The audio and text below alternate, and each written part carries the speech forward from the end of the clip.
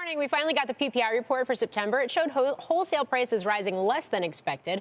It's a sign that inflation may be cooling, but concerns are still brewing over the consumer. Confidence hitting its lowest level since April and elevated concerns about the jobs picture. We also got a softer retail sales number this morning. Where does that leave the Fed? Where does it leave the economy? Joining us now, Joe Lavorgna. He is counselor to the Treasury Secretary. And Joe, it's great to have you back on the show. Welcome. Thank you. Thank you. So let's start right there, because the takeaway here from the data this morning is that it was dovish, but that's not necessarily a good thing if you start digging through some of the labor data we got. Where do we stand on the economy? The economy is in good shape. I mean, the Atlanta Fed, the last check I had seen was growth was at 4.2, and it was based on good consumer spending and CapEx. Retail sales were a little bit softer. It was after a 0.6 gain previously. The weekly chain store numbers through November, which is much timelier, Morgan, are tracking about 6%, so that's pretty good. On the PPI, you mentioned there's cooling. We're 2.7 year over year. The final year of the prior administration, we were up around 3.5%. Commodity prices are down near a 52-week low. We're seeing energy prices moderate. Inflation expectations are moving down. All those things tell us that the inflation outlook is very good. The Fed should be responding both to the inflation outlook as well as the fact that rates, by most members' admission, are still above neutral. Yeah, and certainly there's a big focus, increasing focus, and we've heard that from a number of Fed officials just in the last couple of days with a more dovish tilt in some of their commentary, that there are concerns about the labor market. So what do those cracks look like? How concerned is the administration about that?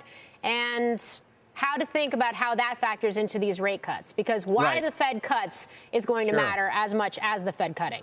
Well, inflation's a lagging indicator, and I gave a whole bunch of reasons why inflation is not a problem, and the yield curve is very flat relative to the funds rate, so that suggests the market wants easing.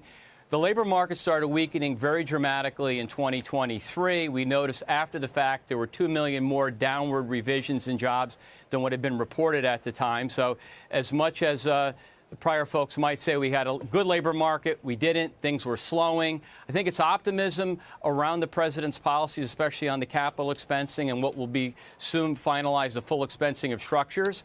It's really an investment boom, and that's kept GDP at 4%.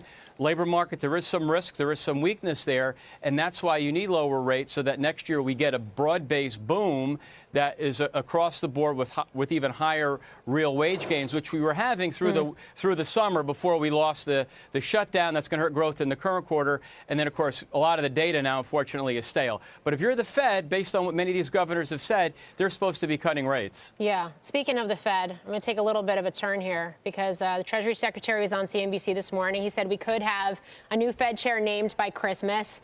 Flash forward to a couple hours ago, we've got reports that Kevin Hassett is the front runner. Markets really like that. The 10-year Treasury yield dipped below 4% on that report as well. I want to get your response. Well, the Secretary said this morning he had 5 great candidates. So, the market might be rallying on the fact we're just getting closer to a decision being made. But the Secretary will review everything, and will give the President his recommendation of the 3 finalists, or the final finalists, and then the President will make the decision. So we'll see what happens. They're all great candidates. I can't say anything more. Joe, given that tariffs haven't had the negative overall impact that some feared and overall consumer spending is holding up, what's your take on why consumer confidence is so shaken and why, in particular, college grads are having such trouble finding jobs? Yeah, I mean, I'm not sure why the confidence numbers are as weak as they are. They've been weak for a while. The good news, John, is you're not seeing it at the small business level. You're seeing still very high readings on small businesses, and those are the ones that create the jobs. What's happening, I think, perhaps at the newly graduate level, kids are graduating from school, is that, the job market, the trend had been slowing. It's been slowing for a while, and there's concerns about AI. And also, I think depends, John, and too, in part, what these students are majoring in. I mean, if you're in the areas in hot demand, then, you find employment. But there's no question that things need to get better on the labor side, which is why we're working with the One Big Beautiful Bill, the CapEx expensing, which has led to, basically, we've had about 15% first half capital spending gains, which is the best since, I believe, 2011. And in the past, CapEx always leads to hiring. And it's not just AI. It's business equipment.